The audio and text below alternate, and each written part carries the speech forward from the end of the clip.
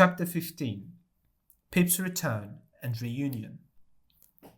What else remained for me now but to return to the forge, to face Joe and tell him how deeply sorry I was, to find Biddy and confess my regrets, and to show them both how much I had changed. I wanted Biddy to know that I had once loved her, even if my foolish heart had wandered. I hoped she might still care for me, enough to forgive me and perhaps let me start anew. I longed to be worthy of her kindness. So, with this purpose, after 3 more days of recovery, I went down to the old place. I arrived in the evening, much fatigued by the journey. The next morning, before breakfast, I wandered to Satis house and saw auction signs posted on the gate. The household items would be sold next week. The house itself was to be demolished.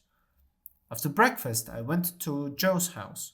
Feeling comforted by the idea of leaving my pride and mistakes behind me, I pictured a quiet, honest life there, full of peace and redemption. But the forge was a short distance off, and I went towards it, listening for the click of Joe's hammer, but the sound was not there. Almost fearing, without knowing why, I saw it at last, and saw that the forge was closed. But the house next to it was full of life. Curtains dancing in the window, flowers bright inside. Joe and Biddy stood together, arms linked. At first, Biddy gave a cry. Then she was in my embrace. I wept when I saw how healthy and cheerful she looked, and she wept at how pale and tired I had become. I looked from her to Joe, and then she exclaimed, "It's my wedding day. I'm married to Joe." My first feeling was deep relief that I hadn't confessed my love for Biddy to Joe before learning this. "Dear Biddy," I said, "you've married the best man in the world. And Joe, you've married the best woman. You'll make each other truly happy." I told them I was soon going abroad and that I wouldn't rest until I earned the money Joe had spent to keep me from prison. Even if I repaid him 1,000 times, I could never erase my debt or stop wishing I could. They were both melted by these words and entreated me to say no more.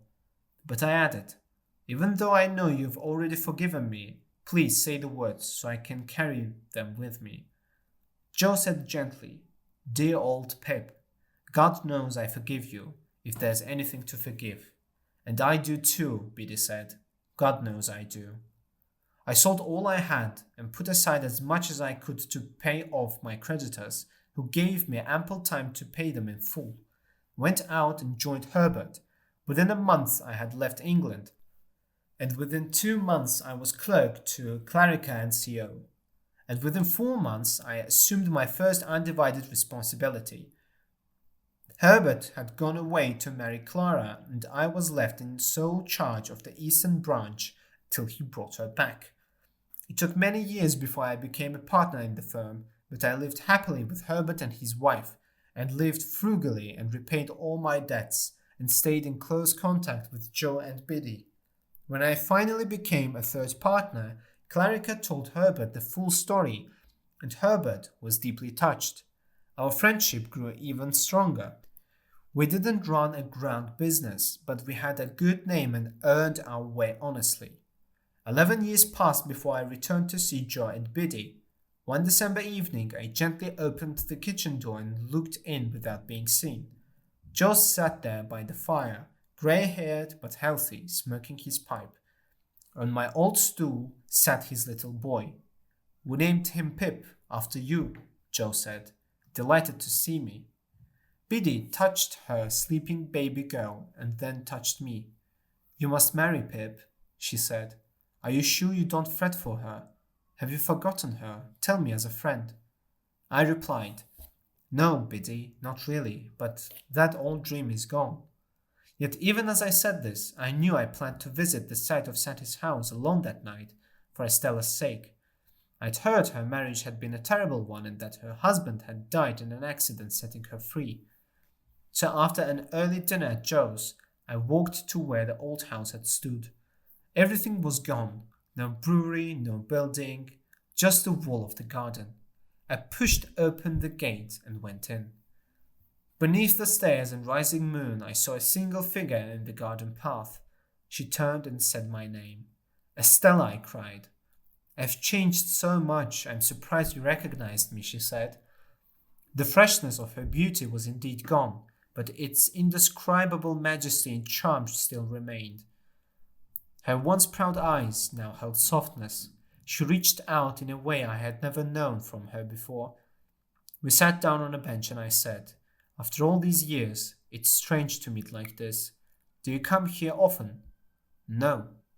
I haven't been here since." "Nor I."